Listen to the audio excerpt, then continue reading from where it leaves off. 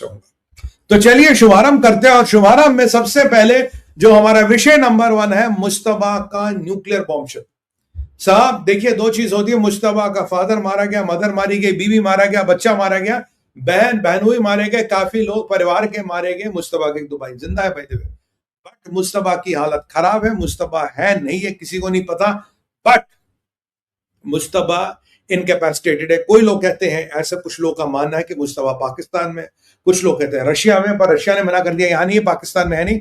और एक American intelligence एजेंसियों ने, CIA ने एक रिपोर्ट दी है और उसने ट्रंप की नींदें उड़ा दी है। उसने बोला, ट्रंप साहब आपको लगा रिजीम चेंज हो गई, आपको लगा ईरान सुधर गया, और आपको ये सब्ज बाग दिखाए गए पाकिस्तान और कतरियों द्वारा, खास पाकिस्तानियों द्वारा।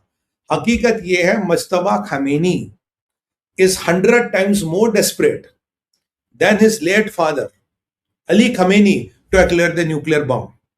मुश्तबा ने वाहिदी को कहा है, किसी भी कीमत पे साम दाम दंड भेद न्यूक्लियर बम लाओ, हमें न्यूक्लियर बम चाहिए और हमें इजराइल को खत्म करना है, और मौका लगे तो अमेरिका को एयरक्राफ्ट कैरियर वगैरह भी डुबाना, हमें न्यूक्लियर बम किसी भी हालत में चाहिए। अमेरिकन इंटेलिजेंस का असेसमेंट है, Mojtaba Khamenei is working 100 times faster than his father to acquire a nuclear bomb. देखिए, बन तो नहीं सकता, अब खरीदना है, कुछ करना है, डर्टी बम बनाना है, व्हाटएवर, कोई भी तरह की nuclear capacity Mushtaba Khamenei develop करना चाहता है। इसीलिए ट्रंप जो कह रहा था रिजीम चेंज हो गई, these people are more moderate. हाँ, ईरान बात कर रहा है, ईरान घुटनों पे आके बातें कर रहा है, क्योंकि कल से जब से वो ईरान के पैसे ट्रंप ने जब्त कर लिए, बोला यार तुझे तुम्हारा 240 से 340 बिलियन डॉलर जो अमेरिका के ने कब्जा कर रखा, फ्रीज कर रखा, वो अब कोलैटरल डैमेजेस में लगेगा और लोगों का खर्चा बढ़ा देने में लगेगा। उसके बाद इनके हौसले पस्त जरूर हुए, इनकी हालत जरूर खराब हुई है, but still they are up and running, क्योंकि ये अब भी चाहते हैं कि न्यूक्लियर बम बनाए। और चाइना को वार्निंग देना मजाक मत समझिएगा, क्योंकि जब चाइना को वार्निंग दी गई थी उसमें जबरदस्ती रशिया को लपेटा गया था, नहीं तो ये direct China versus US confrontation होता, which would have implications on strait of Taiwan. तो उस कॉम्प्लिकेशन को हटाने के लिए एक रशिया को भी इस वार्निंग में लपेटा गया, बट मेन वार्निंग चाइना को दी गई।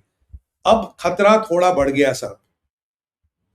पहले जब आप न्यूक्लियर बम की परिकल्पना करते थे, वो आप केवल पाकिस्तान के माध्यम से करते थे, क्या पाकिस्तान देगा, नहीं देगा, कितना देगा, क्या देगा। अब न्यूक्लियर बम की परिकल्पना आपको चाइना के परिप्रेक्ष्य से भी करनी पड़ेगी, क्योंकि जो चाइना को डायरेक्ट वार्निंग दी गई है, अब भी माना जाता है कि पिकेक्स माउंटेन के नीचे माल मसाला रखा है, कुछ चीजें चाहिए। अगर चाइना ने पाकिस्तान के थ्रू भेज दी या कुछ व्यवस्था बना दी तो बहुत बड़ा डिजास्टर होगा। देखो देखो, ये जहादी, ये जंग लड़ते रहते हैं, जंग को ये जहाद कहते हैं, जहाद के बाद ही जन्नत जाते हैं। तो जंग, जहाज, जन्नत, ट्रिपल जे, इनकी जिंदगी ट्रिपल जे में निकलती है।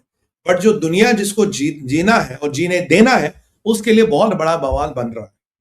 अब ट्रंप की नींद उड़ गई है कि मुश्तबा अगर 100 टाइम्स डिस्परेट है, ये किसके पास जाएगा? इसके पास जाने के 2 विकल्प, 3। पुतिन हेल्प नहीं करेगा, नॉर्थ कोरिया भी पुतिन के कंट्रोल में, वो हेल्प नहीं करेगा। But Pakistan, I doubt, Pakistan की इतनी लगी पड़ी है कि पाकिस्तान की औकात ही नहीं है, बट चाइना हेल्प कर सकता है। चाइना को पता, अगर ये मसला ठंडा हो गया, स्टेट ऑफ ताइवान में कुछ नहीं कर सकता। मार्को रूबियो ने अभी चाइना को धमकी दी थी, जयशंकर साहब ने भी चाइना को आज लताड़ा तबियत से, बोला अपनी औकात में रहो, तुम्हारा जो भी ये नाटक है ना बंद करो, अगर किसी चीज का हिसाब तुम्हारे साथ होना है तो जो तुमने हमारी जमीन पर कब्जा कर रखा वो जमीन का वापस दोगे। वही पाकिस्तान वाली स्ट्रेटजी है, कश्मीर वश्मीर में कुछ बात नहीं होगी, POJ के कब दोगे, गिलगित बाल्चिस्तान कब दोगे, बात उस पर होनी है भाई। यही स्ट्रैटेजी चाइना के साथ की गई, विच आई एम वेरी हैप्पी। तो चाइना को प्रेशर दिख रहा, चाइना इस वॉर को कंटिन्यू करेगा, और जिस जहादी को अब जन्नत जाना ही है तो उसके गले में भी आप बम टांग दो, उसे क्या फर्क पड़ता है, उसे तो जन्नत जाना है। तो क्या मुश्तबा चाइना के साथ कोई डील करा? क्योंकि पीछे इनके चाइना के बहुत चक्कर लगे, गिलाबाफ के, अराची के, और शायद पेजिस्कियन भी गए थे, कुछ ऐसा हुआ था, I am not very sure on that. तो यहां एक आकलन है कि चाइना कोई क्रिटिकल कंपोनेंट्स या क्रिटिकल चीजें ना दे, जिसको लेके ये बम पूरा होता है। और इसको लेके अमेरिका चिंतित है कि अगर ये बम आ गया तो ये कहां गिरने वाला, आप जानते हैं। इजराइल में जिस लेवल के न्यूक्लियर शेल्टर बनाए जा रहे हैं, जिस क्वांटिटी पे बनाए जा रहे हैं, it is again something to be seen. जी हाँ, न्यूक्लियर शेल्टर बनाने की भी बातें आ रही है। मेरे कुछ सूत्रों का मानना है इजराइल में न्यूक्लियर शेल्टर भी बन रहे हैं। अब ये न्यूक्लियर शेल्टर किस लिए बन रहे हैं? If everything is okay. इसीलिए ट्रंप अपनी कहता regime has change, these people are more moderate, उसने कहना ही छोड़ दिया, कहता बेटा अगर बाप नंबरी तो बेटा 10 नंबरी। और देखिए जब कोई इस मनोदशा से गुजरता दो चीजें होती है, पहली चीज है कि बोलो यार इसमें कुछ नहीं रखा, मेरा बाप गया, मेरा भाई गया, मेरी माँ गई, मेरा बेटा गया, मेरी बीवी गई, इसमें कुछ नहीं रखा, लेट्स चेंज द पाथ। या अब तो मेरा सब कुछ गया, अब तो मैं मर के ही मारूंगा, मर के ही मारूंगा। और इस कहानी में यूनिट 7000 को भी उतारा गया है। यूनिट 7000 जानते हैं क्या? यूनिट 700। यूनिट 700 एक ईरान का स्पेशलाइज्ड स्मगलिंग यूनिट है। ये छोटे छोटे बोट्स को लेके स्मगलिंग करता है और इसको टारगेट दिया गया है कि रॉयल एयरफोर्स की बेसिस पे अटैक करना है। रॉयल एयरफोर्स की बेसिस में जहां अमेरिका के B1 बॉम्बर हैं। B1 बॉम्बर किस लिए? Pickaxe mountain. देखिए B2 वो रखेंगे नहीं यहाँ पे, B2 आते हैं अपना काम करके निकल जाते हैं, B2 को वो टिकाते ही नहीं कहीं पे। और लैंसर्स खड़े हैं, तो B1s और लैंसर्स के अटैक के लिए unit 700 of IRGC basically suicide unit है जिसको एक्टिवेट किया गया है।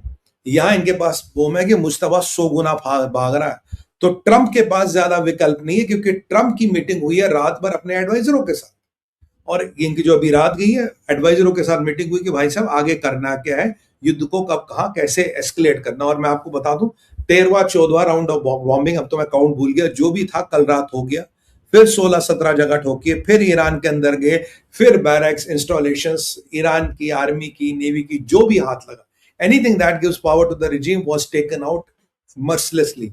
और ये कहानी जारी रहने वाली है। तो यूनिट 700 का आना, मुस्तफा का nuclear ambition, pickaxe mountain, China, और चाइना और रशिया को धमकी, अगर आप इन चीजों को ज्वाइंट करके देखेंगे, this tells you a lot of story that things are not right. और मैंने कहा था आपको ज्योतिष के परिप्रेक्ष्य से भी ईरान के लिए ये साल अच्छा नहीं है।